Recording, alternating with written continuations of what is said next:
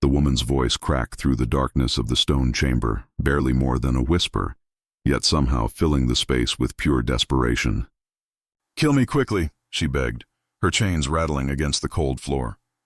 "Before it takes me completely." Brother Marcus had heard many final pleas in his 20 years as a Templar knight, but something about this one made his hand freeze on the hilt of his sword.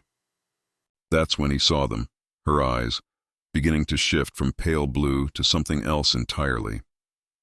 Something that gleamed like hot coals in the flickering torchlight.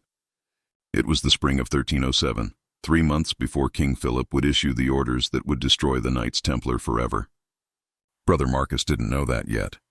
All he knew was that he'd been summoned to a monastery deep in the Pyrenees Mountains, a place so remote that even the birds seemed to avoid it. The letter had come from Father Dominic, an old friend from his training days, and it had said only 3 words that mattered. "We need you." The journey had taken Marcus 5 days through mountain passes still choked with winter snow. When he finally arrived at the monastery gates, he found them barred from the inside. He had to shout for nearly an hour before anyone answered. The monk who finally opened the gate looked like he hadn't slept in weeks. His eyes were sunken, his hands trembled, and when he spoke, his voice carried the hollow quality of a man who'd seen something that had broken a fundamental part of his understanding of the world. "Thank God you've come," the monk had said, crossing himself 3 times in rapid succession. "Father Dominic is in the chapel. He'll explain everything. But brother, be prepared. What we've found here, it's not natural." Marcus had faced Saracen warriors in the Holy Land.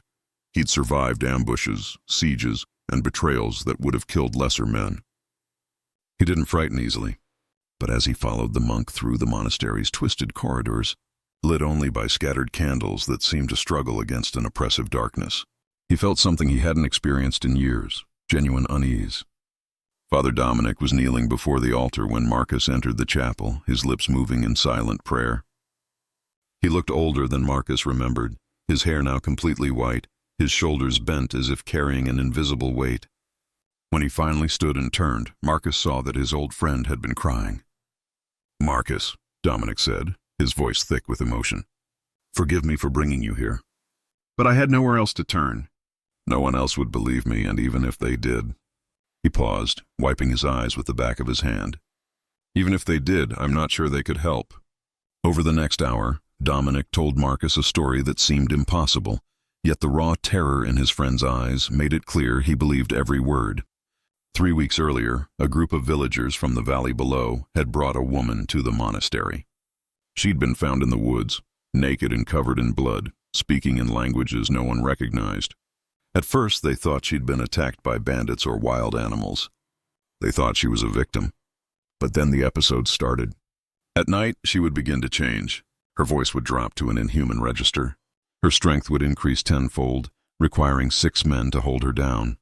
And her eyes, those pale blue eyes that seemed so innocent during the day, would turn red as fresh blood.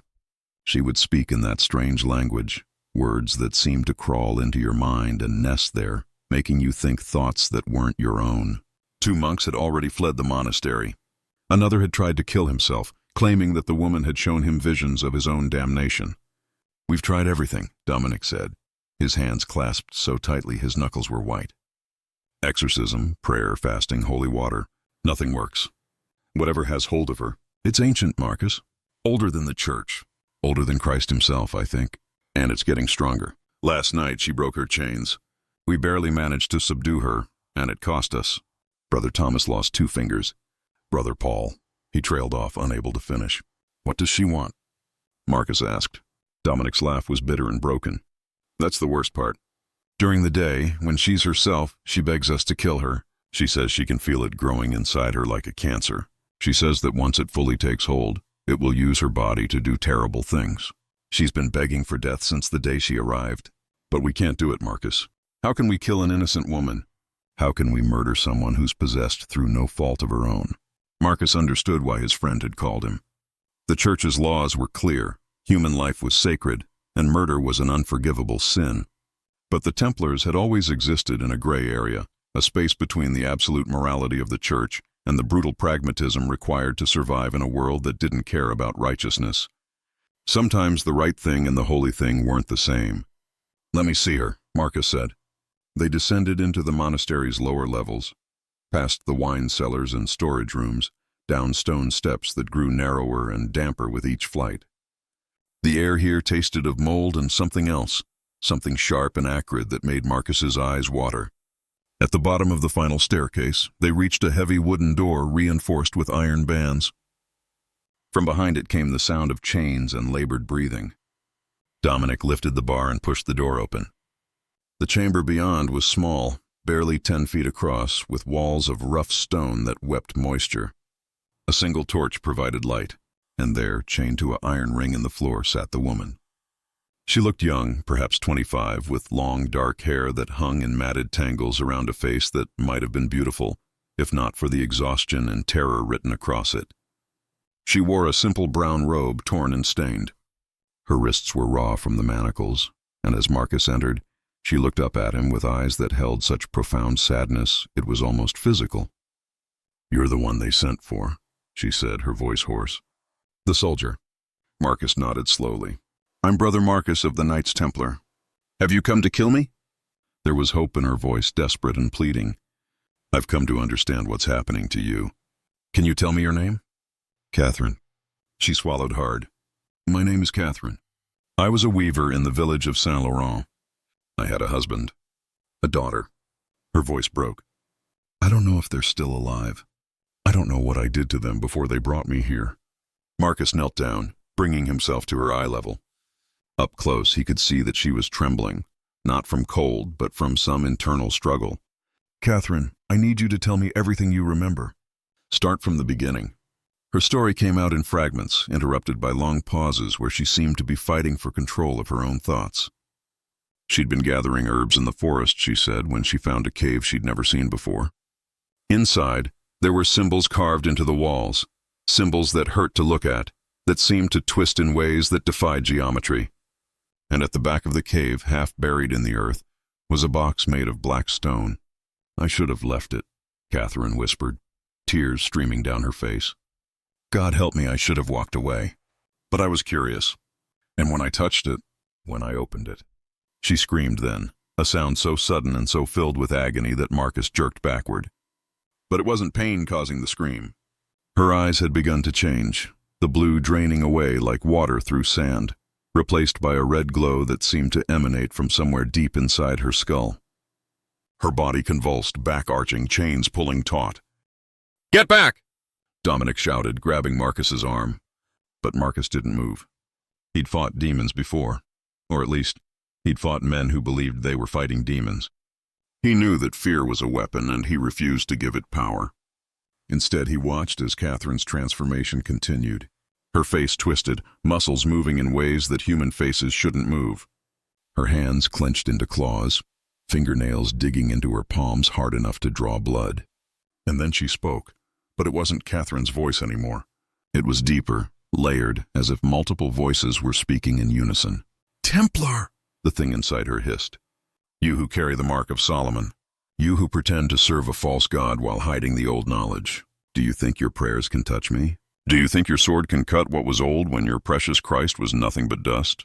Marcus's hand went to the pendant hidden beneath his tunic, a small seal bearing symbols that few outside the highest ranks of the Templars understood. "How did this thing know about that? What are you?" he demanded. The woman's head tilted at an unnatural angle. "I am what waits in the spaces between. I am what your ancestors worshipped before they forgot how. I am the price of curiosity, the cost of knowledge, the truth that your church has spent centuries trying to bury." The red eyes fixed on Marcus with an intelligence that was both vast and utterly inhuman. "And I will wear this flesh until it crumbles, and then I will find another and another, spreading through your world like rot through wood." "Then why does she ask for death?" Marcus kept his voice steady. "If you're so powerful, why haven't you silenced her completely?" For the first time, something like frustration flickered across the possessed woman's face. The vessel resists, strong-willed, stubborn. She clings to her pathetic life, her memories of mud and children and meaningless labor. But she grows weaker. Soon she will be nothing but a whisper in the back of my mind, and then... The smile that spread across Catherine's face was terrible to behold. "Then I will visit her village, her family, her daughter. and I will make them understand what true helplessness feels like." The possession released as suddenly as it had come. Catherine gasped, her eyes fading back to blue, her body collapsing against the chains. She was sobbing now, deep racking sobs that shook her entire frame. "Please," she begged, looking at Marcus with eyes that held nothing but humanity and terror. "Please kill me quickly, before it takes me completely, before I hurt anyone else. I can feel it getting stronger. Every time it comes, it stays longer. Soon I won't be able to come back at all." Marcus stood slowly, his mind racing. He'd seen possession before, or what passed for it. Most cases were mental illness or fraud. Some were genuine spiritual battles that could be won through faith and ritual. But this was something different. Something older and darker than anything in his experience. "Dominic," he said quietly, "I need to see the cave." The journey took most of the next day. Catherine had described its location well enough. A 3-hour walk from Saint Laurent, in a ravine where the old oak split by lightning stood. They found it exactly where she'd said, a dark opening in the rock face that seemed to exhale cold air. Marcus lit a torch and entered, Dominic close behind. The symbols Catherine had described covered every surface, carved deep into the stone with tools that must have predated iron. They did hurt to look at, Marcus discovered. They created a sense of wrongness in the mind, like trying to remember a dream that didn't want to be remembered.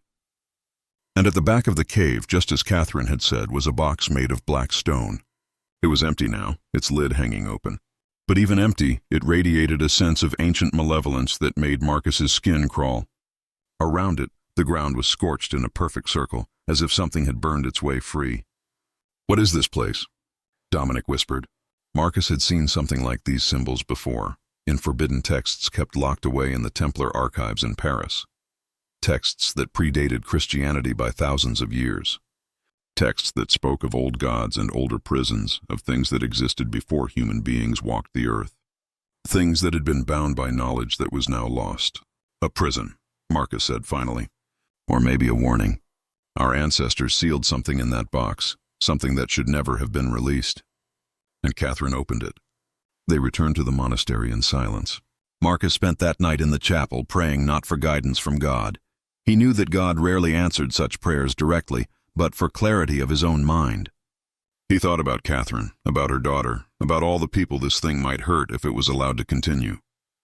He thought about the Church's teachings on the sanctity of life and the Templar oath to protect the innocent. And he thought about the look in those red eyes, the ancient hatred and hunger he'd seen there. By dawn, he'd made his decision. He found Catherine as he'd left her, chained in the darkness, exhausted from another night of internal warfare. When she saw him enter with his sword drawn, relief washed over her face so complete it was almost painful to witness. "Thank you," she whispered. "Thank you for being brave enough to do what's right." Marcus knelt beside her, placing his hand gently on her head. "Catherine," he said softly, "I want you to know that you are not damned. Whatever this thing says, whatever it shows you, you remain a child of God. What happened to you is not your fault, and your soul is innocent."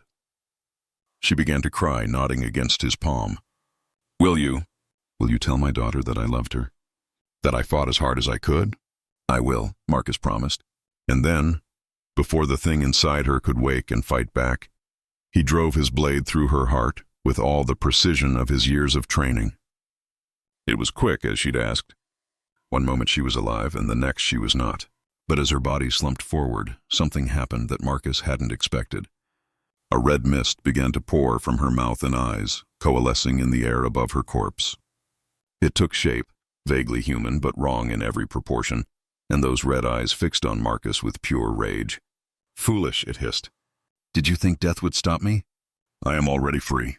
I will find another vessel and another, and I will remember your face, Templar. I will remember, and one day—" Marcus pulled out the pendant from beneath his tunic and held it high. The symbols carved into the seal, the true seal of Solomon, not the Christian version, but the older, darker original, blazed with a light that had nothing to do with the torch. The thing screamed, a sound that seemed to come from everywhere and nowhere, and then it was pulled backward, sucked toward the seal like water down a drain. It fought. God, how it fought. But the seal was a prison itself, forged by men who'd understood things that the modern world had forgotten. And as the red mist was drawn into the metal, becoming trapped in its symbols and angles, Marcus spoke words in a language he'd been taught never to use except in the most dire circumstances. When it was done, the pendant was hot enough to burn his palm. The thing inside it raged and howled, but silently now, unable to escape. Marcus wrapped the seal in blessed cloth and placed it in a lead box lined with more symbols. This box, he knew, would need to go somewhere it could never be found. Somewhere deep and dark and forgotten. 3 months later, when King Philip's soldiers came to arrest the Templars and seize their treasures, Marcus was long gone. He'd taken his most sacred burden to a place he'd never speak of, buried it in a location marked only in his memory, and ensured through ways both mundane and mystical that it would remain hidden until the end of days. He kept his promise to Catherine. He found her daughter in Saint Laurent and told the child that her mother had died a hero, fighting to protect everyone she loved. He didn't mention the details. Some truths are too heavy for children to carry. Marcus lived another 30 years, always moving, never settling, carrying the knowledge of what he'd done and what he'd hidden. On his deathbed, surrounded by monks who didn't know his real name, he was asked if he had any final confessions. He smiled then, a sad and weary smile, and said only, "I killed an innocent woman once. God forgive me, it was the most merciful thing I've ever done." The monks assumed he was delirious. They gave him last rites and buried him in an unmarked grave. But sometimes late at night in that monastery in the Pyrenees, monks still report hearing chains rattling in the lower chambers. And occasionally travelers in the mountains speak of finding a cave filled with strange symbols, and at its center, a black stone box that sits open and empty, as if waiting for someone foolish enough to try to fill it again.